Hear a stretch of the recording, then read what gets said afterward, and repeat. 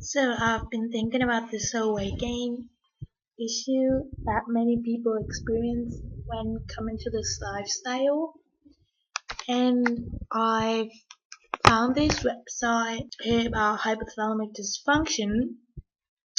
And hypothalamic dysfunction is a problem with a region of the brain called the hypothalamus, which helps control the pituitary gland and regulate many body functions.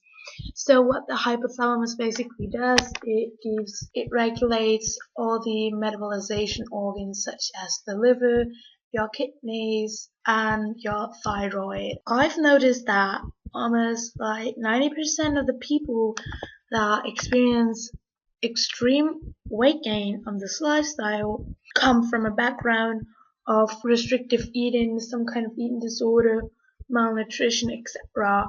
And here you can see here at the causes of hypothalamic dysfunction, here anorexia, bulimia, and malnutrition. So I kind of think this article explains why so many people are gaining weight, because I really don't think that it is diet related, like to the diet that people currently eat, a high carb, low fat vegan diet, or the amount of calories. I really don't think so, because that doesn't make any sense at all. So much to do with hormones and body function, but nothing with diet. It can have something to do with diet if you're unhealthy and you bring your hormones out of whack, but not if you eat like super healthy, vegan, high carb, low fat, abundant calories, so many nutrients. I just don't think that.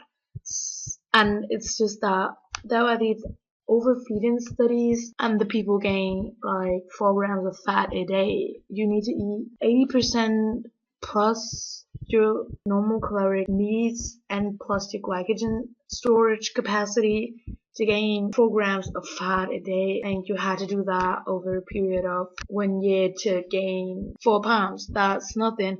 That just doesn't fit with the weight gain so many people experience.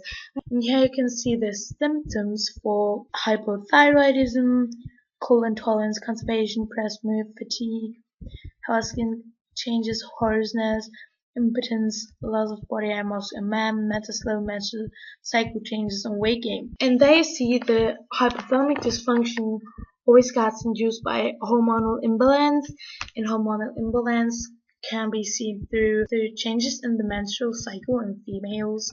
And changes in the menstrual cycle mean that if you have a hormonal imbalance, obviously or most of the time your weight changes, so weight gain.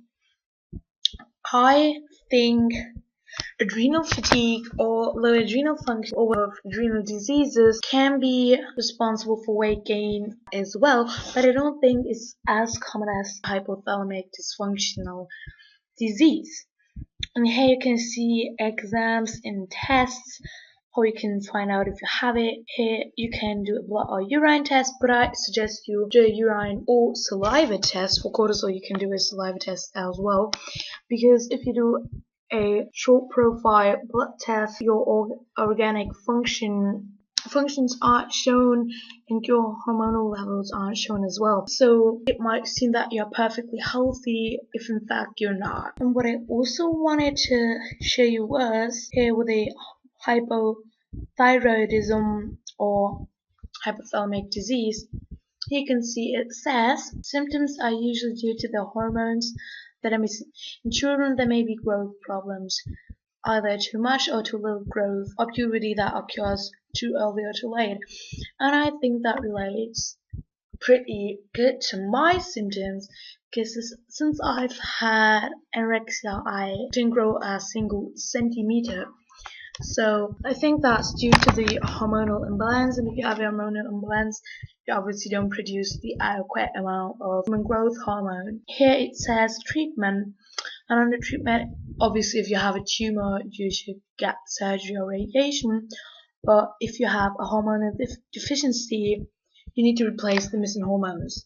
So I think that's pretty cool, I guess, because there is a treat for this kind of dysfunction and for your weight gain. And I don't think that only eating healthy and working out regularly will work or will help in any way, because you're overstressed, you don't have certain hormones, or you produce either too much or too little of certain hormones, you need that hormonal support, especially if you're in stage 3 of adrenal fatigue or even have adrenal insufficiency or like hypothalamic dysfunction. I don't think that not going to the doctor and just doing things by yourself and refusing to take hormones is that helpful. And I think this article was brilliant in explaining why so many people gain weight, because obviously 99% of the population either eat too little food or eat the wrong foods. So 100% or 99% of the population are malnourished, even in the vegan or high-carb vegan community, I guess.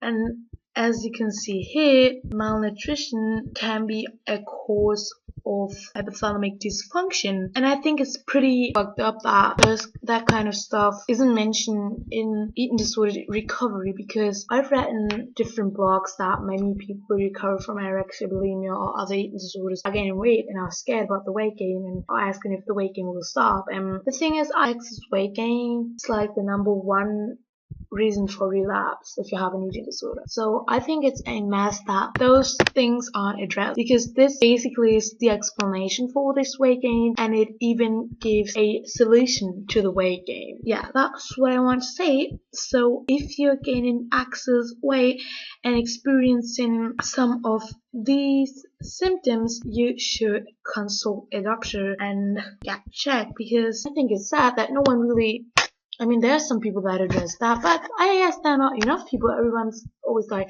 well, it's metabolic damage. Yeah, but, metabolic damage can be low adrenal function, thyroid, hypothyroidism, hyperthyroidism, hypothalamic disease. You need to get a little bit more objective about the things. I know that Freely and Holly, for example, are objective in almost everything they do, but unfortunately not in this thing. They never really, I feel like they don't deal with this stuff. Many people don't deal with this stuff. But I think this information needs to be out there, not only in the high-carb, low-fat vegan movement, but generally in the world, because hypothalamic disease and generally low adrenal function and all those metabolic diseases are so common and so many people suffer from it, and no one really knows why. Many doctors don't even know why. So yeah, I think that really needs to change.